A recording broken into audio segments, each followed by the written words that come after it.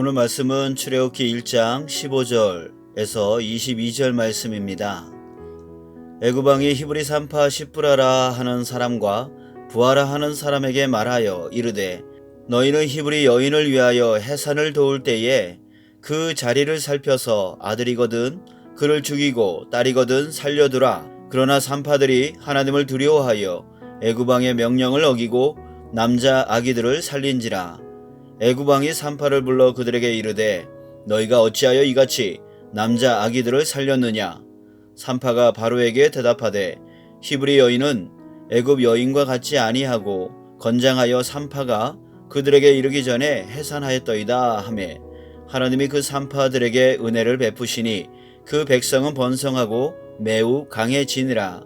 그 산파들은 하나님을 경외하였으므로 하나님이 그들의 집안을 흥왕하게 하신지라. 그러므로 바로가 그의 모든 백성에게 명령하여 이르되 아들이 태어나거든 너희는 그를 나일강에 던지고 딸이거든 살려두라 하였더라. 오늘 말씀의 제목은 하나님을 경외할 때 복된 가정 된다입니다. 하나님 말씀으로 은혜 받으시길 축복합니다. 시편 128편은 어떤 가정이 행복한 가정인지 그 행복한 가정은 어떻게 만들어지는지를 답해주고 있습니다. 어떤 가정이 행복한 가정입니까? 첫째, 손이 수고한 대로 먹는 가정입니다. 즉 노력한 만큼 먹는 가정입니다. 둘째, 한 가정의 아내가 기쁨이 충만하고 그 자녀가 잘 되는 가정입니다. 그런데 이런 행복한 가정은 어떻게 만들어집니까? 사람들은 돈이 많아야 만들어질 수 있다고 생각하지만 성경 말씀은 여호와를 경외함으로 만들어진다고 했습니다. 시편 128편 1절 4절에 여호와를 경외하며 그의 길을 걷는 자마다 복이 있도다. 여호와를 경외하는 자는 이같이 복을 얻으리로다. 정리하면 여호와를 경외할 때 우리 가정은 손이 수고한 대로 먹게 되고 아내가 기쁨이 충만하게 되며 자녀가 잘 되는 복을 얻게 되는 것입니다. 현 시대의 가정들은 저마다 크고 작은 문제들을 가지고 있습니다. 그 문제가 언제 터질지 모르는 위기 속에 있는 가정들도 많고 이미 터져서 큰 어려움 속에 있는 가정들도 많습니다. 현재 우리 가정들이 겪고 있는 문제는 이런 것일 겁니다. 첫째, 구원의 문제입니다. 우리 신앙인들에게 있어서 가장 심각한 것입니다. 진심으로 가족을 사랑한다면 이것을 고민하지 않을 수 없는 것입니다. 신앙은 이 땅에서 잘 살기 위한 것이기도 하지만 사실은 영생의 구원을 받는 것에 궁극적인 목적이 있습니다. 우리 인생은 누구나 천국과 지옥의 갈림길에 서 있습니다. 그런데 육신이 살아있을 동안만 그것을 택할 수 있는 기회의 시간이 주어집니다. 우리는 누구나 언제 끝날지 모르는 인생 중에 있지 않습니까? 그러기에 구원의 문제는 차차 생각해 볼 문제가 아닌 것입니다. 구약 성경에 나오는 욥에게는 아들 7과 딸 3이 있었습니다. 그런데 욥이 그 자녀들을 위해 얼마나 애썼는지를 알 수 있습니다. 욥기 1장 5절에 그들이 차례대로 잔치를 끝내면 욥이 그들을 불러다가 성결하게 하되 아침에 일어나서 그들의 명수대로 번제를 드렸으니 이는 욥이 말하기를 혹시 내 아들들이 죄를 범하여 마음으로 하나님을 욕되게 하였을까 함이라. 이렇게 욥은 자녀들이 하나님 앞에 죄를 짓지는 않을까 항상 걱정하며 성결을 유지할 수 있도록 애썼습니다. 저희 가정도 아이들이 어렸을 때 예수님을 영접하는 문제로 항상 고민하며 예수님에 대해 가르치고 영접 질문을 때때마다 했던 기억이 납니다. 지금은 은혜롭게도 예수님을 스스로 잘 믿어 나가는 모습에 기쁘지만 또 언제 어떤 일로 문제가 생길지 몰라서 항상 자녀의 구원을 위한 기도를 하게 됩니다. 그리고 이제 조금 있으면 부모를 떠나서 혼자 살아갈 날이 오는데 그때에도 신앙생활을 잘 할까 염려하게 됩니다. 사랑하는 여러분, 우리 신앙인들에게 가장 중요하고 가장 시급한 문제가 가족들의 구원 문제인 것을 잊지 않으시기를 바랍니다. 두 번째로 생각해 볼 수 있는 것은 가정의 신앙 갈등 문제입니다. 어떤 가정은 부모는 불교, 형제는 천주교, 그래서 한 가정에 한국을 대표하는 3개의 종교가 다 모여있는 가정도 있습니다. 이런 가정이 결코 평탄할 수 없을 것입니다. 셋째로, 부부 갈등 문제가 있습니다. 이 문제는 또 이혼 문제까지 이어질 수 있습니다. 부부간의 신뢰가 한번 깨지면 이것은 회복되기 너무너무 어렵습니다.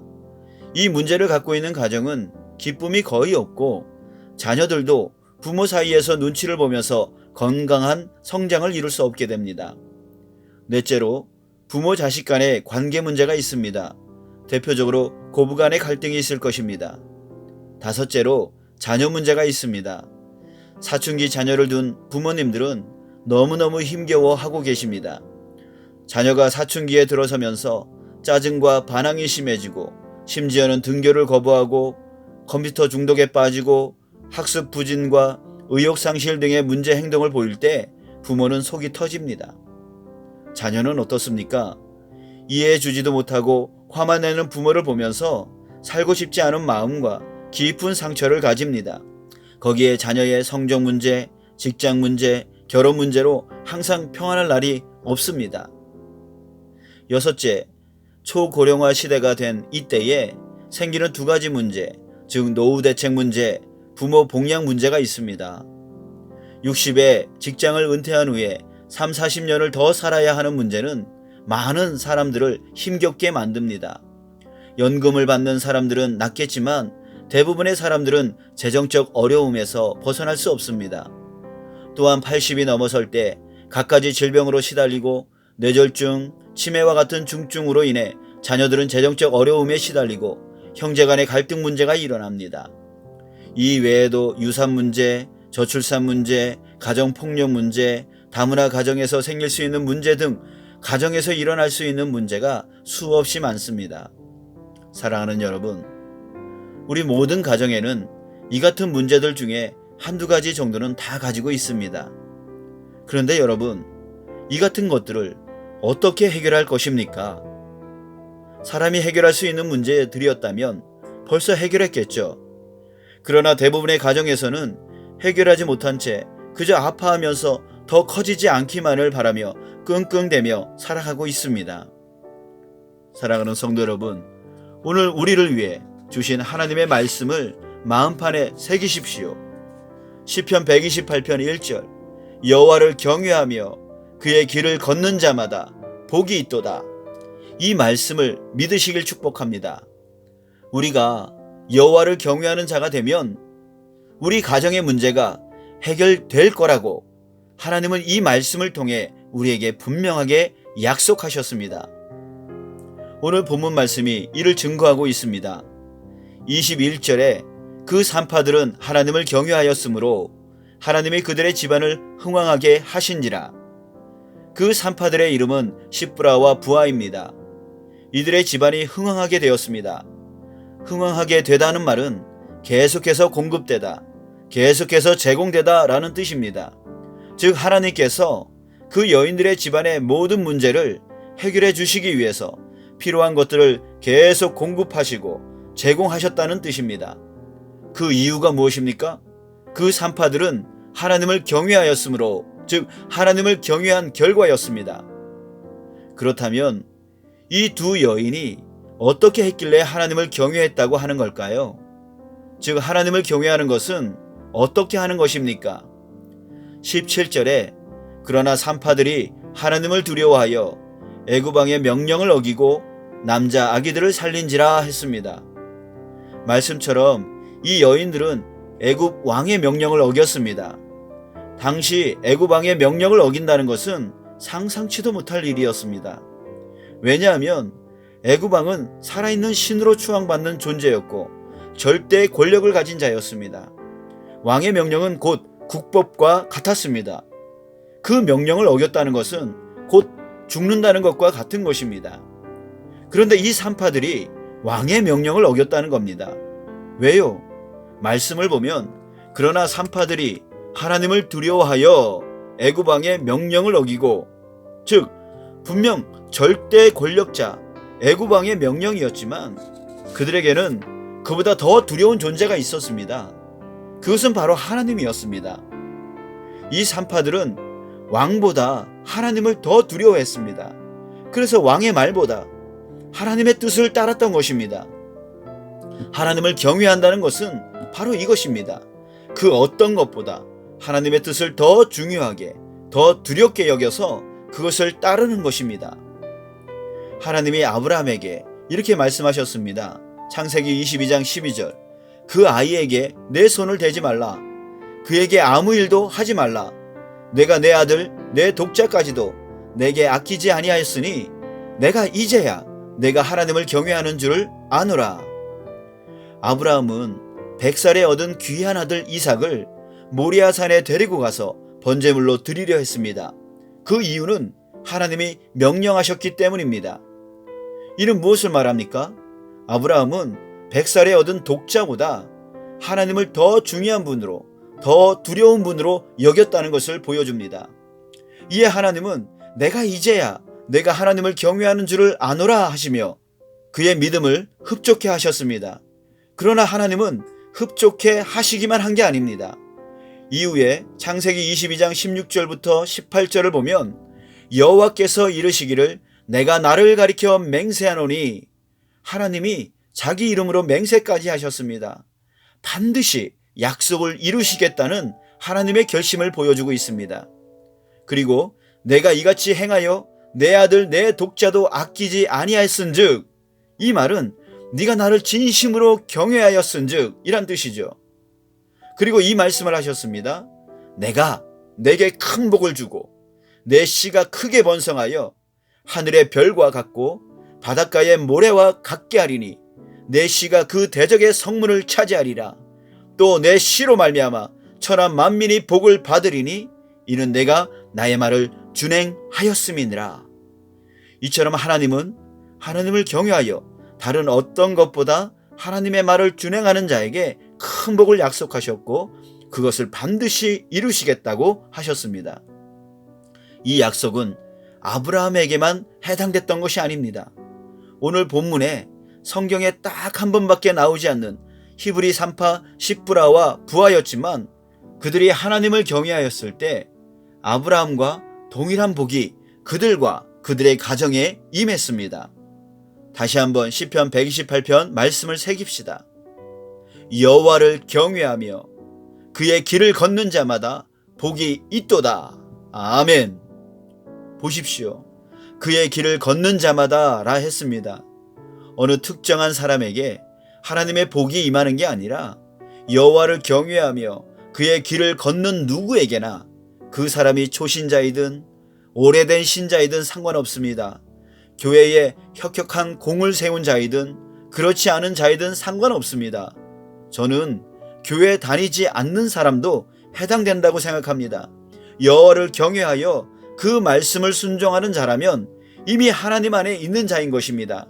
예수님은 마가복음 9장 40절에 우리를 반대하지 않는 자는 우리를 위하는 자니라 라고 하셨습니다. 이같이 누구라도 하나님을 경외하여 그의 길을 걸으면 하나님은 반드시 복을 주십니다. 우리 삶에서 하나님을 경외할 수 있는 일은 많습니다. 우리 믿는 자들에게 하나님을 경외하는 대표적인 삶은 바로 주일 성수요 예배입니다. 이것은 세상 일, 나의 일보다 하나님을 더 중요하게 여긴 증거이기 때문입니다. 이런 자에게 하나님은 반드시 복을 채워주십니다. 또한 예배 중에 드리는 헌금은 우리 자신이 하나님을 얼마나 경외하는지를 가늠할 수 있는 가장 좋은 방법입니다. 헌금은 액수의 크고 작음이 중요하지 않습니다. 예수님은 가난한 과부가 동전 2개, 즉 하루 품삯의 64분의 1 정도로 아주 보잘것없는 액수를 헌금한 것을 보시고 모든 사람보다 많이 넣었다고 하셨습니다. 그 이유는 과부가 그 가난한 중에서 자기가 가지고 있는 생활비 전부를 넣었기 때문이었습니다. 예수님이 보시는 진정한 헌금의 기준은 액수가 아니라 마음에 있음을 알 수 있습니다. 과부의 마음은 생활비 전부를 하나님께 드릴 정도로 하나님을 중요하게 여긴 마음이었습니다. 성경에 나오지는 않지만 하나님은 결코 이 여인을 가만히 두지 않았을 것입니다. 약속한 그대로 그녀에게 복에 복을 채워 주셨을 것입니다. 하나님은 반드시 약속을 지키시는 분이기 때문입니다. 성경에는 반대 이야기도 나옵니다.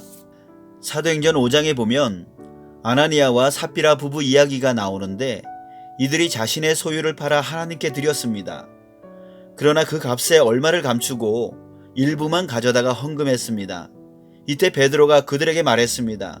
사도행전 5장 3절 4절 아나니아야 어찌하여 사탄이 내 마음에 가득하여 내가 성령을 속이고 땅값 얼마를 감추었느냐? 어찌하여 이 일을 내 마음에 두었느냐?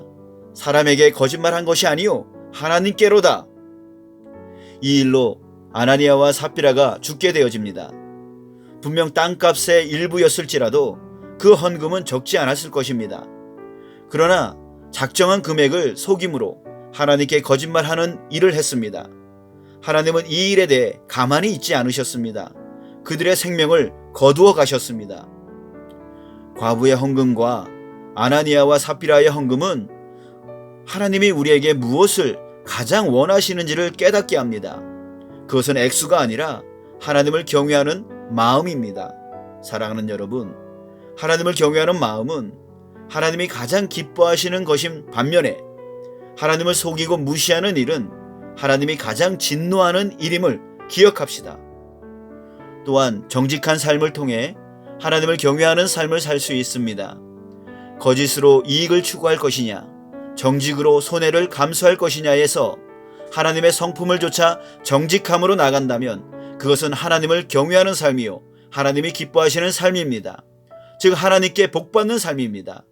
이 외에도 선행을 베푸는 삶, 교회나 가정, 직장, 사업에 충성하는 삶, 성도 간에, 형제 간에 용서하는 삶 등 하나님을 경외함으로 우리 감정, 우리 뜻대로가 아닌 하나님이 원하시는 삶을 사는 것 모두가 하나님을 경외하는 삶입니다. 이처럼 우리가 무엇을 택할 것이냐의 모든 부분에서 우리는 하나님을 경외하는 삶을 실천할 수 있습니다. 그런데 문제가 있습니다.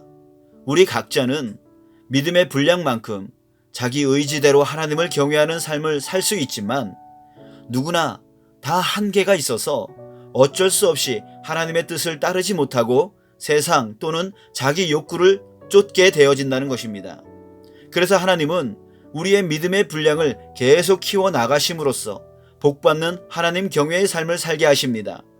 그 방법으로 하나님은 고난이라는 도구를 사용하셨습니다.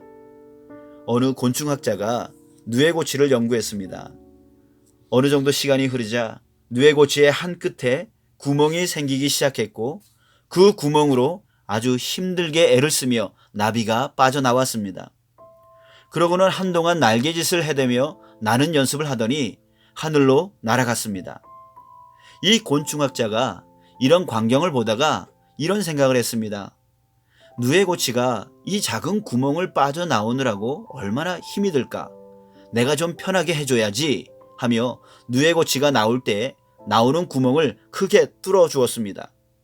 그런데 놀라운 사실은 나비가 쉽게 나오기는 했지만 날지 못하고 얼마 지나지 않아 땅에 떨어져 죽어버린 것입니다. 나중에 곤충학자는 놀라운 사실을 깨달았습니다. 그것은 나비가 누에고치를 뚫고 나오기까지 여러 날 동안 고난을 당할 때 몸속에 있던 영양분이 날개 쪽으로 이동해서 날개에 힘이 생겨 날 수 있게 된다는 사실입니다. 이 이야기는 고난이 왜 필요한가를 깨닫게 해줍니다. 하나님은 우리를 위해 고난이라는 도구를 사용하셔서 믿음을 강하게 하시고 우리로 하나님을 경외하는 삶을 살게 하심으로써 계속 복을 받게 하시려는 것입니다. 그래서 하나님은 이스라엘 백성을 곧바로 가나안 땅에 들어가게 하지 않으시고 40년간 광야 생활을 하게 하셨습니다. 신명기 8장 2절에 보면 그 이유를 말해주고 있습니다. 내 하나님 여호와께서 이 40년 동안에 내게 광야길을 얻게 하신 것을 기억하라. 이는 너를 낮추시며 너를 시험하사 내 마음이 어떠한지 그 명령을 지키는지 지키지 않는지 알려 하심이라. 이 말씀에서 하나님은 이스라엘 백성이 하나님 명령을 지키는지 안 지키는지 즉 하나님을 경외하는지 알고자 그들을 광야로 인도하시고 그곳에서 고난을 주셔서 낮추시고 시험하셨음을 알 수 있습니다. 그런데 왜 고난이 여호와를 경외하게 만들까요? 첫 번째는 고난이 있어야 기존 것들이 깨지기 때문입니다. 우리는 편안할 때 자기 생각, 자기 주장, 자기 삶이 옳은 줄만 생각합니다. 그러기에 온전한 진리로 나아가지 못합니다. 하나님 말씀도 들리지 않고 자기 뜻이 하나님 뜻인 줄로 생각하고 살아갑니다. 그래서 하나님은 고난을 통해 낮추시고 줄이게 하시는 것입니다. 욥기 1장 1절에 우수 땅에 욥이라 불리는 사람이 있었는데 그 사람은 온전하고 정직하여 하나님을 경외하며 악에서 떠난 자더라 했고, 에스겔 14장 14절에서는 욥을 노아, 다니엘과 더불어 의인이라 말했습니다. 그런데 그렇게 의인이라 칭송받았던 욥이 욥기 42장 6절에서 그러므로 내가 스스로 거두어 드리고 티끌과 제 가운데서 회개하나이다 라면서 자신이 교만했음을 깨달았습니다. 이렇게 욥이 고난을 겪으면서 자신에게도 죄가 있었음을 깨달으며 자기 의의가 깨진 것입니다. 둘째는 고난으로 깨진 사람은 그때 위대하신 하나님을 만나게 되기 때문입니다. 즉 하나님을 체험하는 것입니다. 신명기 8장 3절에 너를 낮추시며 너를 줄이게 하시며 또 너도 알지 못하며 내 열조도 알지 못하던 만나를 내게 먹이신 것은 사람이 떡으로만 사는 것이 아니요 여호와의 입에서 나오는 모든 말씀으로 사는 줄을 내가 알게 하려 하심이니라 했습니다. 하나님은 이스라엘 백성을 배고픔의 고난을 겪게 하시면서 그들을 낮추셨고 그 낮추심 가운데서 만나를 채워주셨습니다. 하나님이 이렇게 하신 이유는 풍족한 가운데서 무엇이 채워지면 그것이 은혜인 줄 알지 못하기 때문입니다. 그리고 더 나아가 하나님이 이렇게 하신 이유는 3절 끝에 하신 말씀처럼 알게 하려 했기 때문입니다. 여기서 알다라는 단어는 히브리어로 야다인데 이 말은 머리로 아는 지식이 아니라 경험하여 아는 체험적인 지식을 말합니다. 지리산에 대해 들어서 아는 자는 지리산이 얼마나 위대한지 모릅니다. 그리고 자신이 알고 있는 더 높은 산을 운운하며 지리산을 깔봅니다. 그러나 지리산 천왕봉 꼭대기에 서본 사람은 그 입에서 이렇게 고백할 수밖에 없습니다. 우와, 정말 대단하다. 그리고 자신이 너무나 그 자연 앞에 조그만 존재임을 깨닫습니다. 그리고 자신의 삶을 성찰하게 됩니다. 이것이 위대함을 경험한 자의 반응입니다. 그런데 하나님은 그 지리산을 지으신 분이십니다. 피조물인 지리산과 비교할 수도 없는 위대하신 분이십니다. 그분을 경험할 때 어떻겠습니까? 이사야 선지자는 하나님 존전 앞에 섰을 때 그냥 엎드려 쳐다보지도 못하며 이렇게 말했습니다. 화로다 나여 망하게 되었도다. 나는 입술이 부정한 사람이요 나는 입술이 부정한 백성 중에 거주하면서 만군의 여호와이신 왕을 배웠음이로다. 욥도 모세도 하나님 앞에 서본 자들은 하나같이 엎드릴 수밖에 없었습니다. 즉 하나님 앞에 완전히 굴복된 것입니다. 그 앞에서 어떻게 자기 뜻을 주장할 수 있고 어떻게 변명할 수 있겠습니까? 이것이 바로 하나님을 경험한 자들의 모습입니다. 우리는 하나님을 머리로만 알려 합니다. 그러나 하나님은 우리로 하나님을 경험하여 알기를 원하십니다.